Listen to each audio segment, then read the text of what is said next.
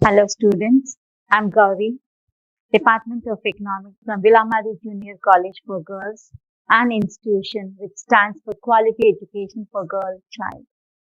Today I'm here to explain the third chapter, that is the National Income, Poverty and Unemployment. This chapter is very, very important from the examination point of view. There are almost 10 marks questions from this chapter. The first topic, let us talk about the trends in national income and per capita income. But before that, we need to understand what exactly is the national income.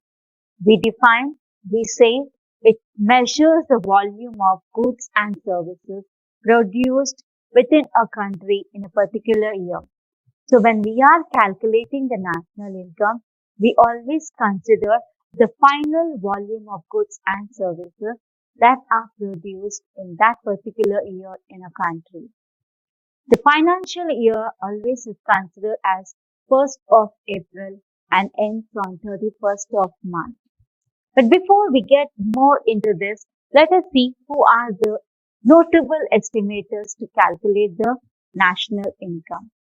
Now this Dadabhai Naroji is the first person to estimate the national income before the National Income Committee was established in our country. So the first person to estimate national income, we have Dadabhai Naroji, and along with him we have Finlay Shiraz, V.K. R.V. Rao, R.C. Desai were the members who were helping in estimating the national income. Later, after independence, we have constituted, we have National Income Committee in the year 1949, August 1949. And the chairperson of this committee was Professor P.C. Mahanullabi, Professor D.R. Gadgil, Professor V.K. R.V. Rao were the members of this particular committee. Committee was started in the year 1949. They submitted their first report in the year 1954. Now, to provide the information, they need an organization which gives the data to them. And to provide the data, statistical information, the government has established CSO, what we call as Central Statistical Organization. This organization provides all the data that is required to calculate the national income. The Central Statistical Organization selects one of the year as the base year. Now this year, while selecting the base year, they consider a year which has without much economic fluctuations, without any natural calamities. So recent CSO has taken 2011-12 as the base year. So here, national income is calculated by taking a base year, a year without any natural calamities or economic fluctuations. The next one is trends in national income and per capita income, which is a 2-mark question for you.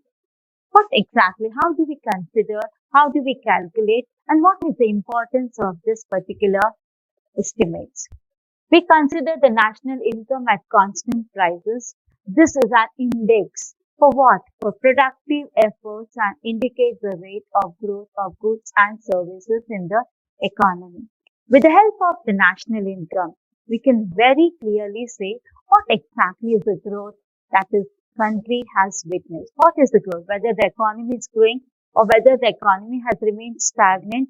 So the national income at constant prices always gives a picture, indicates or gives a picture how the economy is growing it. Whereas the growth of per capita income at constant prices always indicates the standard of living of the people. Definitely, the standard of living of us always depends upon the per capita income. Higher the per capita income, high is the standards of living, what we have already learned in our first year. When incomes are increasing, there is more demand for superior goods. Our living standards improve. So the per capita income is high, the standard of living is also high. There are two ways to calculate the national income. The national income is calculated at current prices and it is also calculated at the constant prices. Let us see what exactly is this. When we are calculating the national income at current prices, we say, how do we measure this? How do we get that? National income at current prices is always calculated output of the current year multiplied with the prices of the current year. That means that whatever output, if I consider 2021 or if I consider 2020 as the year, output produced in that particular year will multiplied with the prices of that particular year. But if I have to calculate the national income at constant prices, output of the current year multiplied with the base year prices. But why do we require, as I told in the beginning itself, that talks about the productive effort, productive capacity, that talks about the growth. So thereby, output of the current year multiplied with the base year prices. Let me talk about this example. If I consider 2021, constant prices output of 2021 multiplied with the 2011-12 prices, that is the base year what CSO has taken recently. When do we consider the national income, the real growth in national income? Real increase in national income always considers with increase in output but not with increase in prices. If the national income is increasing because of increase in prices, that is not the real growth, because national income is always considered with increase in the output. That is, production of goods and services should increase if you have to see a real increase in the national income. The next one is, this is a 2 marks question, that is, what is the annual growth rate of national income and per capita income during the various 5-year plans? 1951, we started the first 5-year plan. 12th plan was halfway. We have the planning commission was dissolved and it has been replaced by Niti Aayog. Let us see during this 11 5-year plans, what is the growth rate of national income and per capita income. Over the years, we find there is increase in the national income and per capita income. The annual growth rate of national income in the first 5-year plan was 4.4%, and in between in 6th 5-year plan 5.4%, and towards end 12th 5-year plan, as I said, which is up the way it has been replaced with Niti Aayog, it was 8. It has not reached till the targeted level. The per capita income in the first 5-year plan, which was started in the year 1951, was 2.6, which has increased to 6.2%.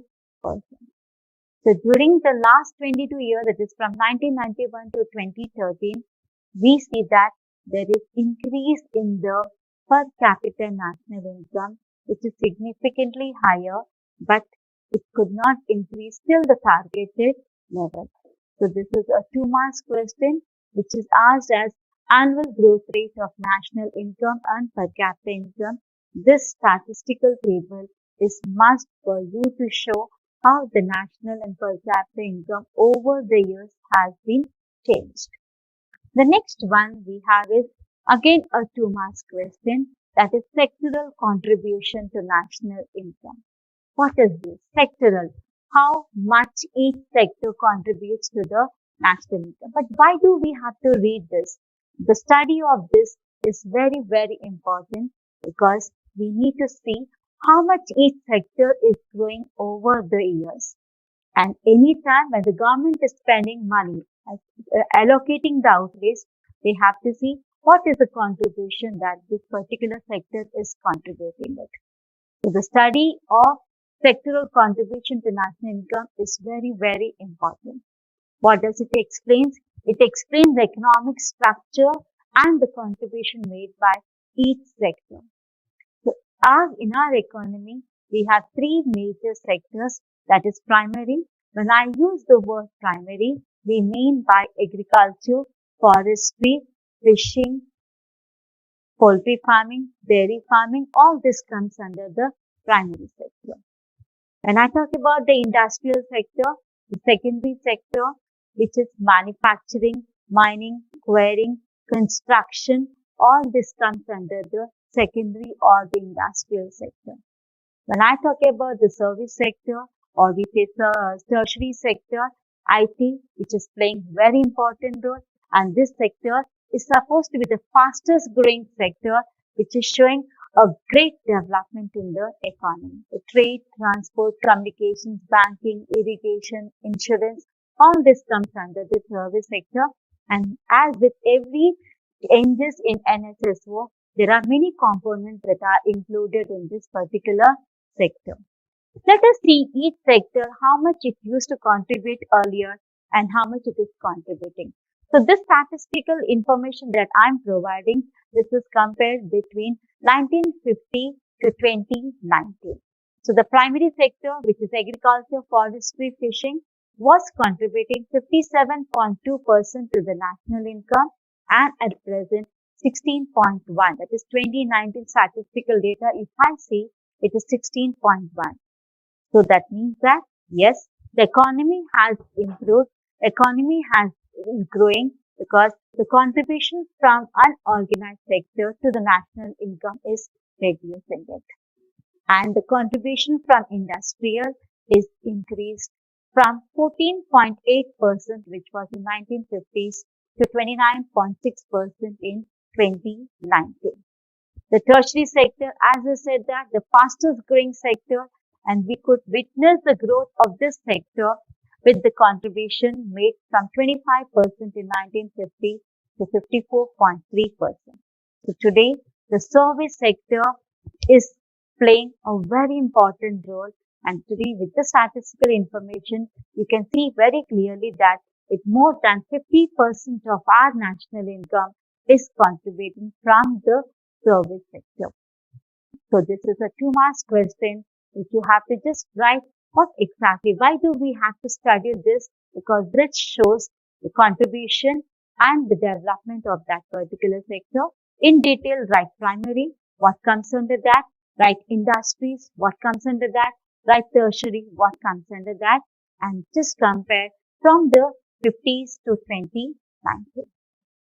So this is a 2 marks question. The next one we have is, can you identify what does these pictures indicate? What does the slides indicate? This slide indicates inequalities. You are seeing in terms of sectors, you are seeing in terms of assets, you are seeing in terms of property. There is so much of inequalities in our country. So we have a collage of pictures which explains infographic which explains how inequalities of income, in terms of education, in terms of wealth, in terms of household, in terms of land, there is so much of inequalities of income and wealth. Now, how are we getting to know this inequality?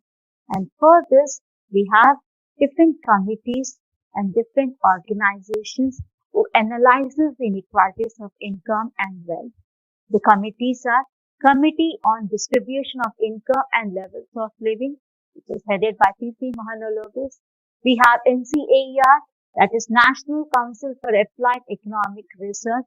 We have Gini Index, and we have NSSO, National Sample Survey Office. They are helping us to know, understand, or they are studying about the extent of inequalities of income and wealth in our country. These are certain reasons which are contributing to the inequalities of income and wealth in India. And the causes of inequalities are inequalities in the land ownership, concentration of assets in the private corporate sector, inequalities in professional training. Inflation is again creating inequalities, inequalities in credit facilities, urban bias in private investment, the role of government, and gender inequalities. Let us go with each and every point in detail. The first one is inequalities in the land ownership. The picture talks a lot. There is no equal distribution of the land holdings in our country.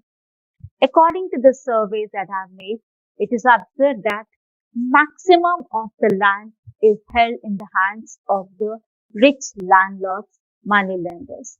They grab the maximum land holdings and poor are left with nothing. If I have to put in statistical data, I say that 80% of the land holdings are there with 10 to 15% of the landowners, and 80% of the people have 20% of the land holding. So there is high inequalities in the land distribution or ownership. The next one we have is concentration of assets in the private corporate sector. Most of the assets, the picture talks about Reliance Tata, most of the assets or maximum of our assets are held in these particular hands. So the wealth is concentrated in few hands. It is not equally distributed. The next one we have is inequalities in professional training. Why? Why are we finding this kind of inequalities? It is coming with ages and ages. The rich are able to provide the best and the best education to their children, and the poor are not able to provide the quality education to their children. So these kind of inequalities, the people who are getting, the children who are getting the best education are earning good incomes. The standard of living is very high, whereas the poor who is not able to get their education, best education, quality education, the standard of living is coming down. The inequalities in the professional training, and the picture talks in volumes to what extent the inequalities in professional training we have it. The next one we have is inflationary tendencies. As I said that whenever the prices increases, it is only one segment of the people do enjoy. The other category of the people suffer. The middle class and the poor class society suffers a lot whenever the prices increase in our economy. And inflationary tendencies is always better for few categories, that is the entrepreneurs and the producers. They enjoy the best, and the poor have to share down more amount. So this is again creating the inflation tendencies, is enlarging, widening the gap between the rich and the poor. And inflation tendencies is again not a positive sign even for the development of an economy, which is very shown in this particular picture towards our left. That is, whenever the prices are increasing, it is not showing a good sign for the development of an economy. The next one is inequalities in the credit facilities. We talk so much about financial institutions, but if they are not able to take care of the financial requirements of entrepreneurs, then these people are depending on the money lenders, and they charge high rate of interest. Inequalities in the credit facilities, most of them are not able to avail the best loans at low rate of interest. So the banks and the financial institutions, to certain extent, should provide the equal credit facilities. The rich are getting richer and the poor are becoming poorer because the credit facilities at low rate of interest is not being provided. The next one is urban bias in private investment. Most of the industries in our country are established in an area where there is infrastructural development, and such facilities are dividing the economy into rural areas and urban areas. So definitely, if you have to invest, definitely you will look for an area where there are infrastructural development, minimum roads, current, electricity, the communication facilities, and most of the skilled labor should be there. So urban bias in private investment is again creating inequalities. How it is creating? This is if most of the industries are established in the urban areas, there is no alternative employment opportunities in the rural areas.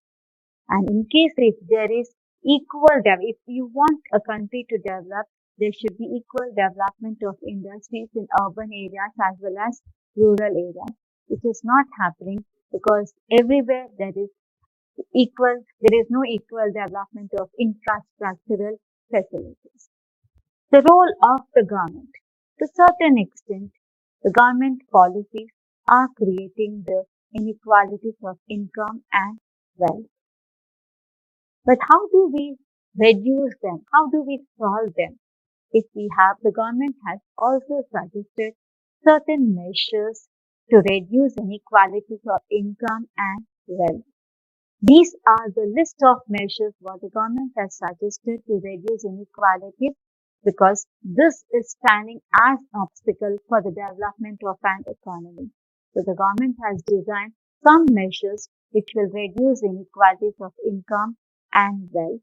And these measures are land reforms, any reform taken further, any reform suggested by the government, taken by the government for the development of agriculture, we consider to be land reform.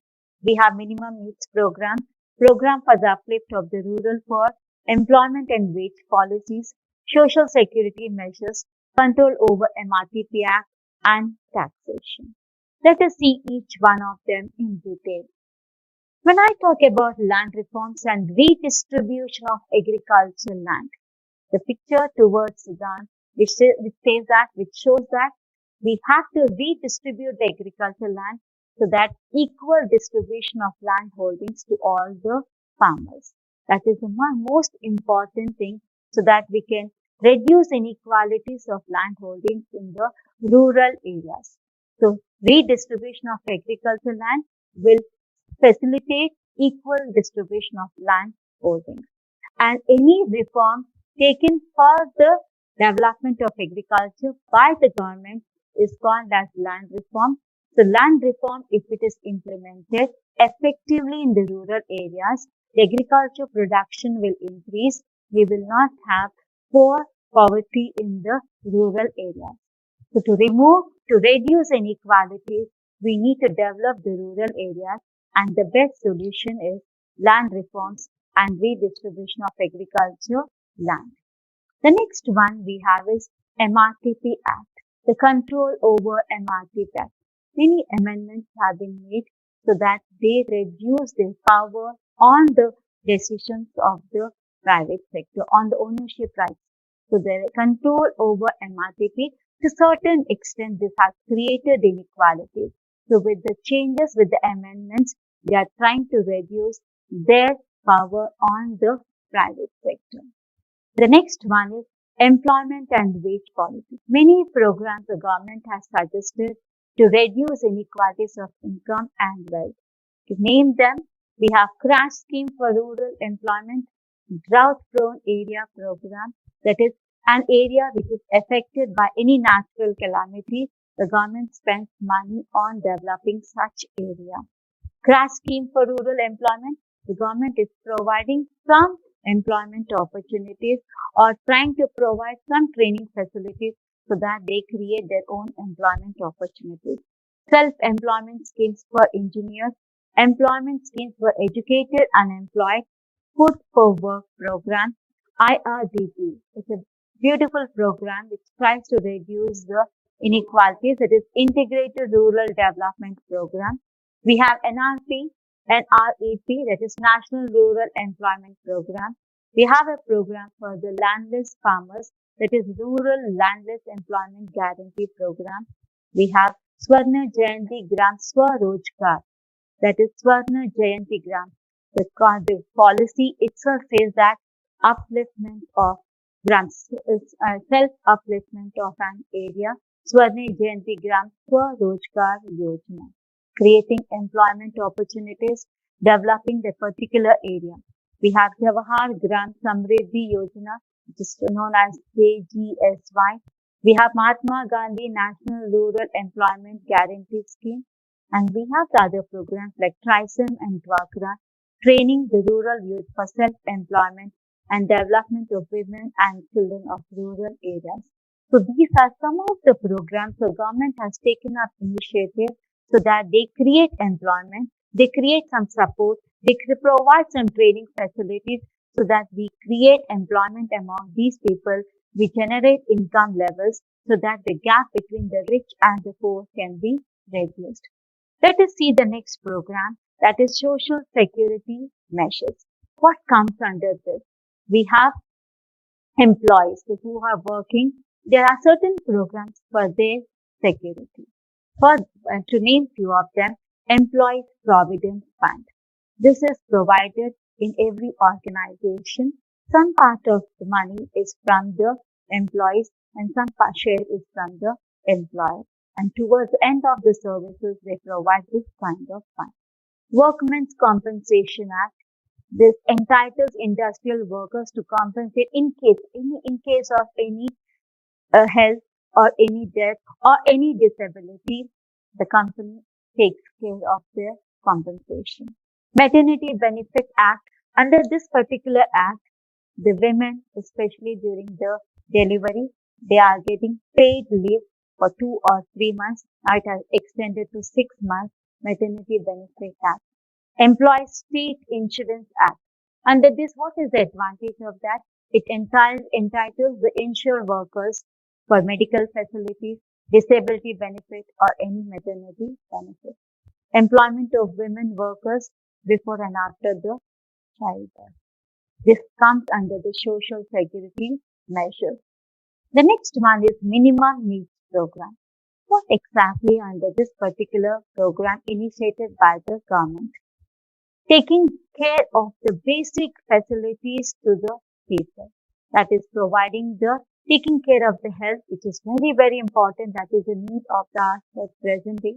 Providing the safe drinking water, rural electrification, without which the industries, cottage, small scale and agriculture cannot be progressing.